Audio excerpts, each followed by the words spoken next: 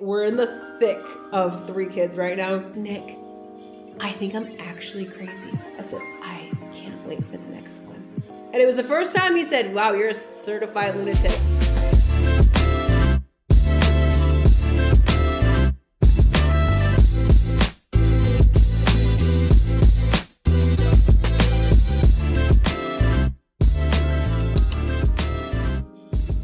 Michelle said that she would take Luna and Osa to the library, and so I was so excited I can get a bunch of work done. But then this little guy decided that he didn't want to take a very long nap. Oh, I know, Bubba. I know. This is mom life. A lot of people ask, how do I do it? I persevered. I figure it out. That's just what we do, you know? This is just a typical Friday now that Nick is back with his clients, training his guys, good old football off season. And yeah, the transition to the 3 has been pretty intense so far. Not gonna lie, I remember the first time, like when I first had a Luna, it was like, oh, this is so wonderful. Like, this is so easy. Like, all they do is chill. Like, we brought Luna everywhere. She was our little sidekick. We had Osa, and we're like, oh, this is so beautiful. Like, I had the little newborn bubble, and Luna was just, Luna was a dream. And then now that we have the 3, and Osa is about to be 2 in April, and he's got that second kid / boy energy, it's intense. Half the time I am just trying to survive. The house is constantly a mess and I just embrace it. I finally bit the bullet and decided to hire someone to clean the house every 2 weeks instead of monthly. We actually canceled that for a while because I was like, you know what? Like, I can just clean. Especially when I was pregnant, I wasn't doing too much. But I like to move around the house. But now there's just no way. Like, I'm not cleaning a bathroom. I'm not cleaning the stove. I could barely clean the dishes. It's rough out here. But all blessings, so grateful. But yeah, I feel like a lot of people are just asking me constantly, like, how do you do it? I just want to be really real that I'm not doing it all. A lot of people think I'm just doing it all, but I'm not. I'm just surviving. And I'm very lucky that we have Michelle, Nick's cousin, who comes and helps out with the kids. Like, she's amazing. Luna and Osa love her so much. Yeah. And then someone also asked me, like, does your husband stay home a lot? He did in the first month because it was still football season. For those of you that don't know, my husband is a performance coach and he works with a lot of NFL athletes. So he is slow during the NFL season and then very busy in the off season. He does have a few actor clients and stuff, but he trains a lot of them virtually and is very flexible. So I'm very blessed that he is very involved.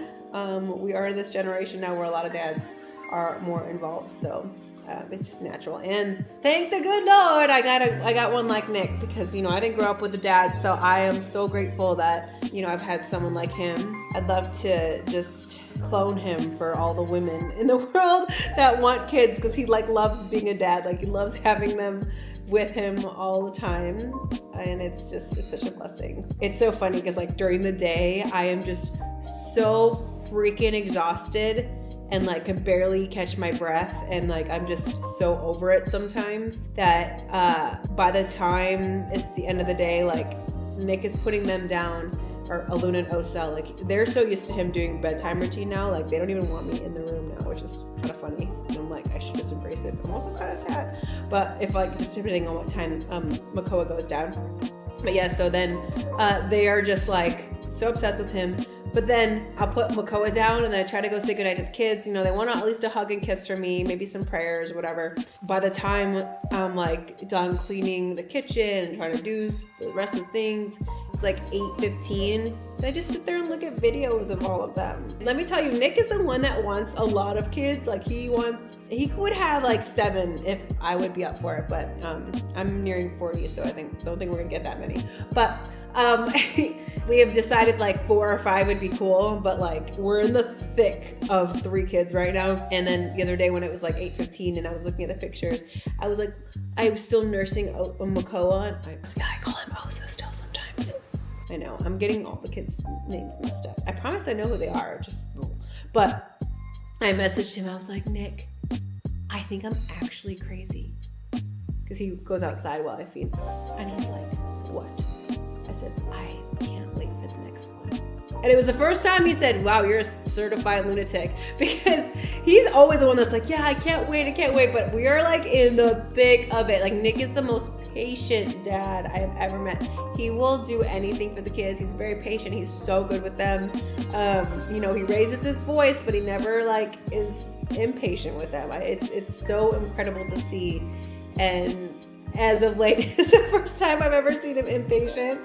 And same, I'm like, oh, and it's been so crazy. But then also the whole first time that I went out by myself was, I would think I was 3 weeks postpartum. I went to Osa's class and Aluna's class as music classes by myself.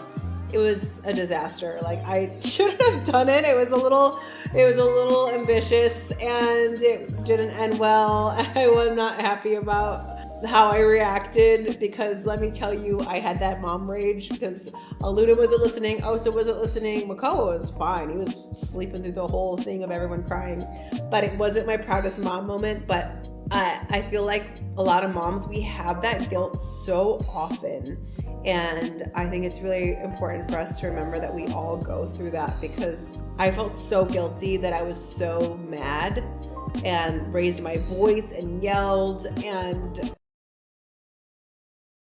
I was like talking to so many of my mom friends. Mom community, you are the best. You need moms. You need a lot of moms around if you're a new mom. But reality was that talking to all the moms, you're like, Betina, that's like, you're good. Like, that's the worst that can happen. You're fine. I was like, okay, but I just hate when I yell and and we're just in this era where everyone is so conscious of like gentle parenting and not this and that. And I think we want to be so opposite than what our parents did. It's like my mom was a single mom and just was always like a heightened fight or flight mode. But yes, I mean, she had to do this by herself.